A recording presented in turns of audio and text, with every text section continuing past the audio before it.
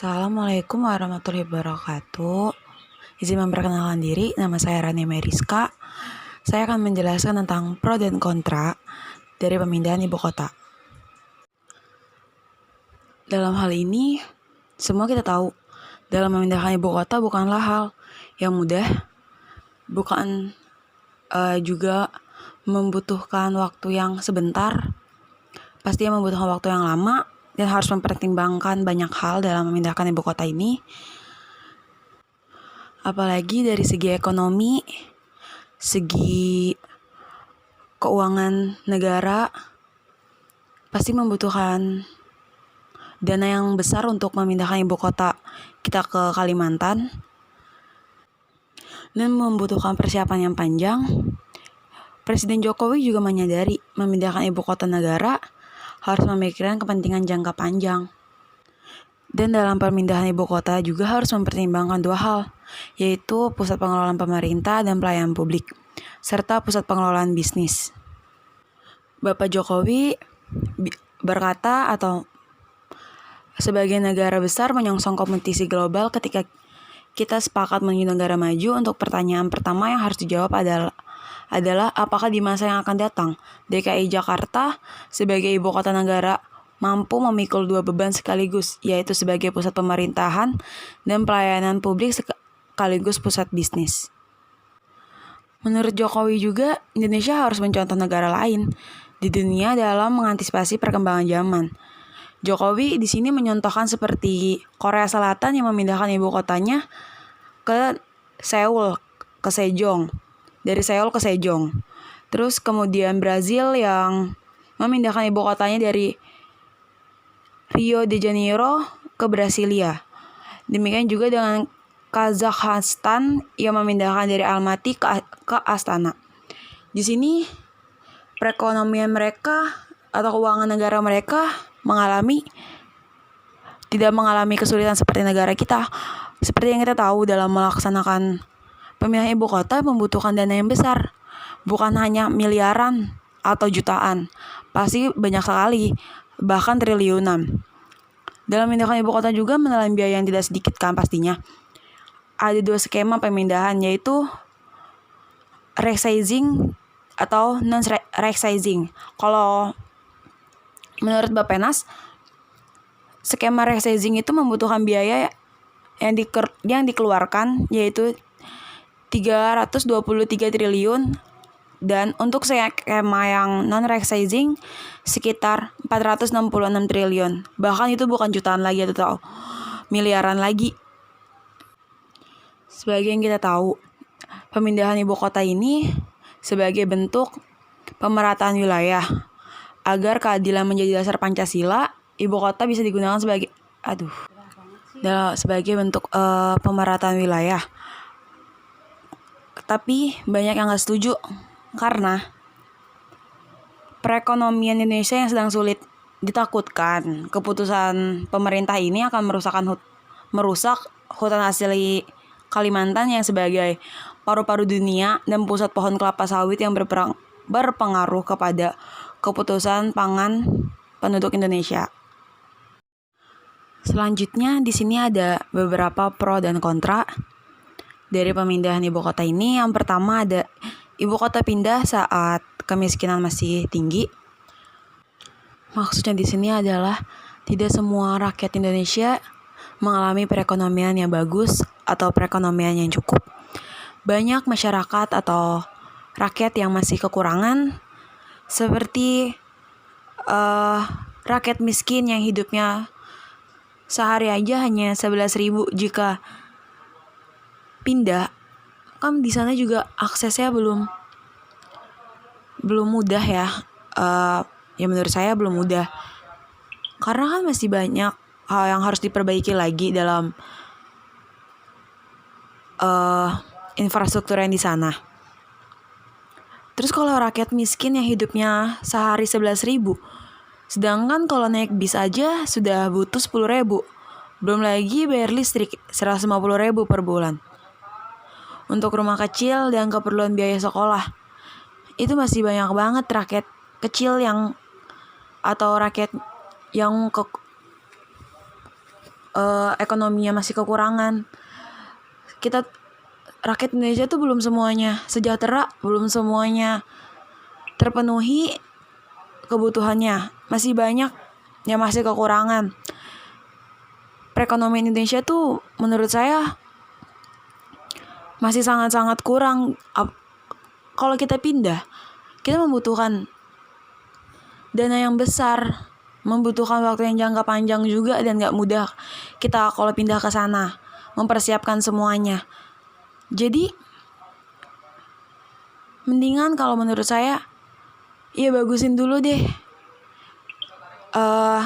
perekonomian Indonesianya, terus dari rakyatnya, dari sumber daya manusianya, sumber daya manusia yang di Kalimantannya juga. Percuma kalau sumber daya manusianya di sini bagus, ketika di sana ya kita berbagi sih, kita juga membantu di sana. Tapi kan pemerataan dari segi pendidikannya juga seharusnya dari yang bawah dulu, dari pendidikan. Jangan langsung pindah tapi kita kayak belum siap untuk mempersiapkan semuanya gitu. Nggak mudah untuk memindahkan ibu kota ini ke sana, karena kan banyak dari hal-hal kecil aja masih banyak banget yang harus dipersiapkan. Menurut saya seperti itu. Terus yang kedua juga ada pemindahan ibu kota dikritik karena keuangan negara tengah sulit. Menurut saya juga ya seperti tadi saya bilang, perekonomian Indonesia itu belum sebaik negara maju. Kita tuh masih negara berkembang kan. Di tengah meminta untuk mendapatkan anggaran dana aja tuh masih sulit. Kenapa harus pindah gitu? Kecuali kita ada kelebihan anggaran dana yang memang dipersiapkan dan juga penting, tempat yang penting di sana gitu tuh. Kayak udah ada semuanya, udah dipersiapkan di sana juga, udah ada tempatnya. Ini kan kita kalau di sana kita harus membuat pembangunan lagi. Seperti pembangunan gedung-gedung untuk pusat pemerintahan, pasti kan kita juga membutuhkan dana lagi. Kan bukan dana yang sedikit menurut saya gitu. Di sini ada pro yang Jakarta tak lagi memumpuni. Maksud di sini Jakarta emang sudah padat banget, sudah macet banget. Pasti yang menjadi permasalahan utama itu macet dan banjir. Karena emang udah padat banget di Jakarta. Dalam hal ini sebagai pemerataan wilayah, karena dari Jawa sendiri pun itu udah 57% dari total penduduk di Indonesia di Jakarta. Di Sumatera cuma 21%. Jadi ya sebagai bentuk penyebarannya juga, maksudnya seperti itu. Terus dalam pemerataan pembangunan di Nusantara juga, untuk di sini juga mungkin untuk membantu pembangunan infrastruktur di wilayah lain yang memang untuk agar negara Indonesia wilayah di negara Indonesia pun tidak hanya di Jakarta saja gitu tuh yang banyak gedung-gedung gitu, atau dari semua pembangunan jadinya tuh ada gitu. Tapi kan ya butuh dana yang besar juga gitu menurut saya. Kan gak semuanya dana itu sedikit, apalagi membuat pembangunan kan butuh dana yang besar. Yang keempat yaitu dunia usaha bergairah saat ibu kota pindah.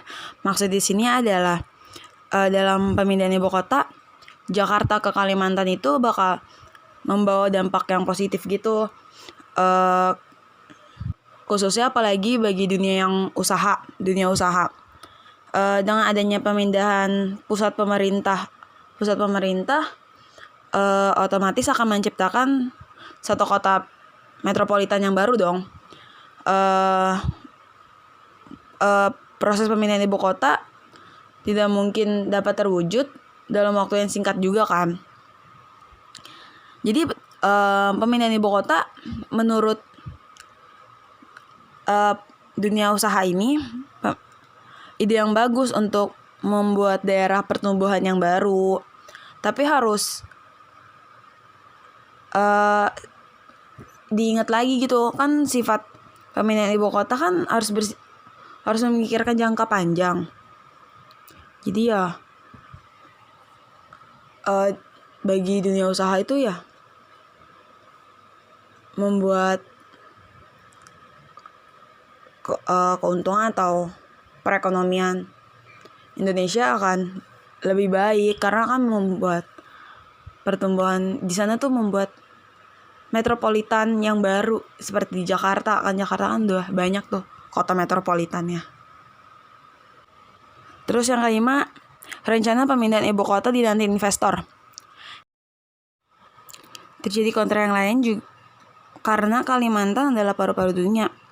Paru-paru di dunia terdapat di Brazil dan Indonesia, tepatnya di Kalimantan. Ditakutkan jika dalam pemindahan ibu kota ini akan merusak hutan Indonesia, karena pastinya kan akan banyak pembangunan di sana. Dan pasti pohon-pohon atau hutan-hutan di sana akan ditebang atau dibakar. Itu akan merusak yang dilakukan oleh pemerintah untuk terrealisasinya pembangunan ibu kota baru di sana untuk mempersiapkan segalanya atau pusat pemerintahan di sana. Jika rusaknya hutan dan matinya fauna berpengaruh pada keberlangsungan kehidupan manusia juga. Dan di sana juga ada pohon sawit yang luasnya hampir 12,30 juta hektar, luas sekali kan. Pohon kelapa sawit tumbuh pesat di tanah Kalimantan. Berbanding jauh dengan Malaysia yang hanya 4,5 juta hektar. Indonesia banyak bergantung pada Kalimantan. Untuk menciptakan kota metropolitan yang baru akan memancing para usaha untuk membuka toko baru di sekitar pusat ibu kota baru. Nah, para investor, para pengusaha akan membangun usahanya di sana. Pasti membutuhkan lahan dong. Udah membutuhkan lahan di sana lebih banyak hutannya, pepohonannya. Gimana tuh? Pasti kan bakal ditebang, bakal dibakar. Jika tidak diizinkan, pasti akan dibakar dulu, membuat kebakaran. Untuk membuat lahan itu kosong. Lahan itu kosong akhirnya bisa ditempatkan. Akan merusak lingkungan juga. Udah cukup lah di Jakarta. Pepohonan itu udah jarang sekali menurut saya. Lebih banyak gedung-gedung bertingkat, kaca-kaca yang membuat ozon lapisan bumi ini semakin tipis karena ada kaca. 45,3% warga menolak adanya pemindahan ibu kota ke Kalimantan. Salah satu alasannya itu karena masalah ekonomi sedang melanda Indonesia. Perekonomian Indonesia yang belum mumpuni atau mencukupi untuk memindahkan ibu kota ke sana. Masyarakat juga berpendapat bahwa seharusnya masalah pengangguran dulu yang terselesaikan di Indonesia. Bukan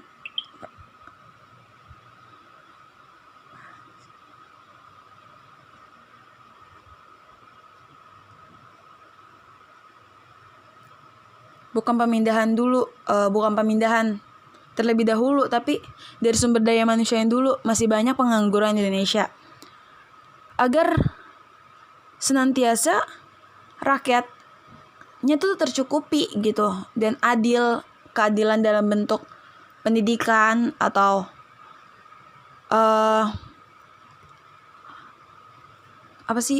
lapangan kerja gitu untuk para pengangguran. Keputusan pemindahan ibu kota Indonesia ke Kalimantan itu ada dampak positif dan dampak negatifnya.